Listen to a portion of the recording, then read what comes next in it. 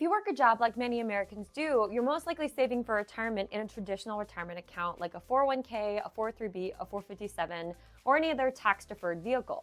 But question, have you ever researched it? Have you ever sat down to actually calculate out whether that strategy does or doesn't work?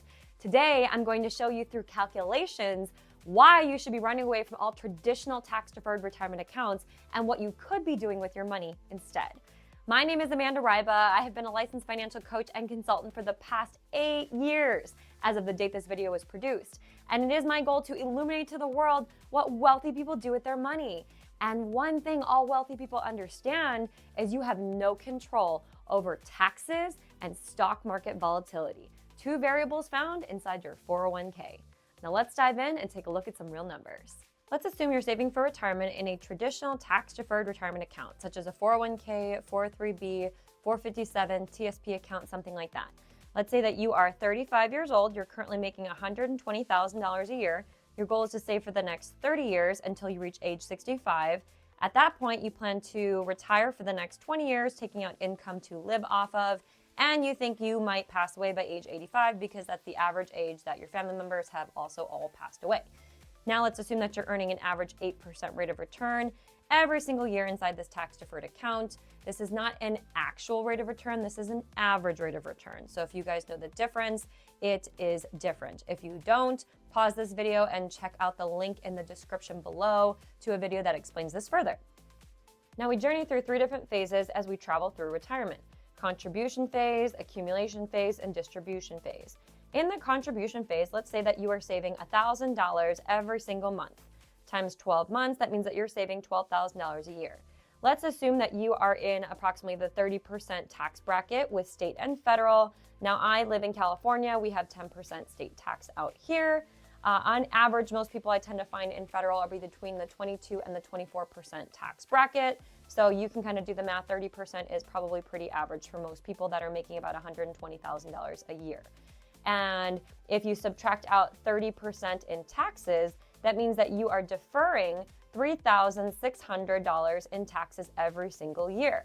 And if we do that for 30 years, that means that you have deferred a total of $108,000 over those 30 years. Now, let's take a look at the accumulation phase. Let's assume that you're saving that $12,000 every single year in a tax-deferred retirement account, compounding at 8% interest per year for 30 years. That means you will have an estimate of approximately $1.468 million tax deferred by retirement at age 65. Now, if we carry that over to the distribution phase, and let's assume that we are no longer able to continue to earn that 8% interest rate in retirement because you were in high volatility stock portfolios during that time. When you're in retirement, you can't afford to take as much risk on your money, which means you need to shift into more conservative investments. You're more likely to see roughly about a 3% average rate of return per year in retirement. So if we're earning an average of 3% in retirement, from my calculations, the most, if we want to retire for 20 years, that is, the most we can get out in retirement every single year before that portfolio gets exhausted is $96,000 every single year. But we have to subtract out the 30% that we owe in taxes. Now, this is being very generous and assuming that taxes stay the same over the next 30 years. Now, I invite you to do some research on whether or not you think taxes will stay the same, go up, or go down 30 years from now. The country is currently about $34-35 trillion in debt and counting. And we have programs like Social Security, Medicare, and Medicaid that are all underfunded. To be 100% honest and transparent with you, I highly doubt taxes will go down. Best luck, they would stay the same. Most likely, they're probably going to go up. But let's be generous and say that they're going to stay the same. That means that we would be subtracting out $28,700 every single year that we're going to owe in taxes times 20 years. That means you're going to be paying $574,000 in taxes in retirement. You deferred $108,000 in taxes to pay $574,000 in taxes. Now that means you could estimate to bring in after taxes about $67,200 per year times 20 years means you would be bringing in approximately $1.344 million after taxes over the 20 years you are in retirement. But keep in mind, here we are not taking into consideration the possible increase of taxes in the future. we are not deducting any account management fees. And most 401ks, 403bs on average have somewhere between 1% to 2% in fees deducted per year. We are not subtracting that. And we are not taking into account any stock market volatility. Here we're looking at a span of about 5 decades. It's about 50 years. And on average, the market crashes usually about once a decade. So we are not factoring that in. Now let's compare this to a tax-free account that you could enter into to help save for retirement, such as an IUL. If you do not know what an IUL is, again, pause this video and check out the links in the description below where I have a video link that explains to you exactly what an IUL is and how it works. But same exact scenario, let's say it's a male that's 35 years old, making $120,000 a year, saving till age 65 and withdrawing income from age 66 to age 85. Here, because an IUL is a permanent life insurance policy that grows cash value, we're going to be looking at this individual being rated at a preferred non-tobacco health rating. That just means that he is a healthy non-smoker, and he would need to get $200,000 in permanent life insurance and living benefits in order to accomplish this. So again, we have the same exact 3 phases. Let's say that we're looking at that same $1,000 a month times 12 months, but let's say this time we're not putting this into that tax deferred account. We're going to actually be taking this into our paycheck in as earned income. So now, after we do this yearly, right, it's $12,000 a year, minus the 30% that we're going to owe in taxes, we would actually have an extra $8,400 a year coming into our paycheck, into our bank account every single year, after tax dollars, because we've subtracted taxes out. Now let's carry that over to the accumulation phase, and here we're not looking at an 8% rate of return, we're only looking at a 6.4% interest rate of return with the IUL. Why? Because with the illustration software with IULs, we're actually not able to illustrate any higher than that. However, historically, these IUL accounts with these index strategies project somewhere between 9 to 10% interest earned every year over the past 30 years. So this is most likely significantly lowballing it. However, past results do not indicate future performance, but they are a good indicator of what the account is capable of doing in the future. So take that with a grain of salt. But here we're looking at only a 6.44% rate of return. And if we compound $8,400 a year at 6.44% interest for 30 years, you're looking at a bucket of about $712,000 inside there tax-free by retirement. Wow, that's significantly less, right? Significantly less than your tax-deferred account. But we have to enter the distribution phase. Here, what's great about an IUL is your money grows mirroring the stock market index. It's not invested inside of it. So the good thing is when you're in retirement, you don't actually have to shift into a more conservative investment index that you're tracking because of the fact it's not an investment. Your money's not invested in the market. So you can still continue to earn 6.44% or higher inside this strategy. Now, in terms of how we're going to be taking money out, we're not going to be making a withdrawal. We're going to be taking out an alternative loan every single year for the income that we need. Again, if you're not familiar with what this is, pause this video and check out the video linked in the description below. But an alternative loan allows you to borrow money out of this $712,000, and the $712,000 will continue to grow like that money never left. It's actually a loan you're taking from the insurance company, not from yourself.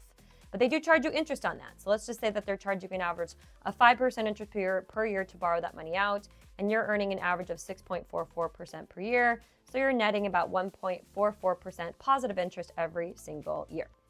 Now, that would net us about $68,000 per year tax-free that we could withdraw for 20 years. And if we did that, we could take out approximately $1.36 million tax-free in retirement. And we also have our $200,000 of life insurance and living benefits. Now, what's interesting about this strategy is here, when you compare the two side by side, it's actually very interesting to see. One, on the right-hand side, which is the tax-deferred retirement account, we're showing an interest rate of about 8%. Google says on average, 401ks, 403bs average 5 to 8% over a 30-year span. So we're going very generously here and saying 8%. And again, on the IUL, the tax-free retirement side, we're showing an interest rate of 6.44% when these things actually average 9 to 10% over a 30-year span according to historical lookbacks. So just with the difference in the interest rates, you're noticing that we're getting just about the exact same amount of income coming in retirement. Imagine if we actually showed 8, 9, 10% interest on the IUL compared to the 8% interest on the 401k, how much significantly better the IUL would perform by the time you get into retirement. You'd probably be looking at an extra $20, $30, maybe $40,000 a year compared to what we're looking at here. And the other benefit being we get $200,000 in life insurance with the IUL. We don't get anything in our tax deferred retirement accounts in terms of an insurance benefit. And in our tax deferred accounts, we have to consider taxes, fees, and stock market volatility. We don't have to consider any of those things with an IUL because taxes have already been taken out. Fees have already been deducted from everything that you see here. The fees are the cost of the life insurance already deducted from the income that you see. And there is no stock market volatility because it follows an index strategy. So when you compare them side by side, I know it's hard to do an exact apples to apples comparison, but take a look at the benefits and take a look at what you can gain from either one. And you'll see that the numbers are the numbers and the numbers don't lie. Now, the downside to an IUL is you have to get approved based on your age, your health history, and your criminal background. But assuming you can, and you get approved at a good health rating and at a good age, like the gentleman shown in this example, the numbers are the numbers and the numbers don't lie, right? Math is math, and the numbers look good. Now, keep in mind, everything you saw today was just an example. None of this here is meant to be taken as investment advice. But what you do need to understand is that there's three big killers to your financial portfolio. That is taxes, stock market volatility, and inflation. And we can eliminate two of those three factors with an IUL alone, being taxes and stock market volatility. Now, again, I always recommend that you connect with a licensed financial professional where you live to help navigate you through these factors and draw up an illustration that works for you. If you want to connect with somebody that lives in the United States, if you're here, I'm here too, and you want to work with me or my team, all you have to do is click the link in my bio. It will take you directly over to my calendar where you can schedule a call with us. And we would be happy to sit down and run some numbers with you to see if this strategy might make more sense for you compared to your traditional tax-deferred retirement accounts. So I love it when you stay till the end. Again, I release a new video every single week. So if you like this video and you want to see more videos just like it, all you have to do is click that subscribe button and hit the bell to turn on notifications, and you will get notified when my next video comes out. Again, thank you so much for staying till the end. Please share this video with anyone you can think of that is gung-ho, that is die-hard for their traditional tax-deferred retirement accounts, and help educate them on how those plans actually work. Until next week, this is Amanda Ryba signing off.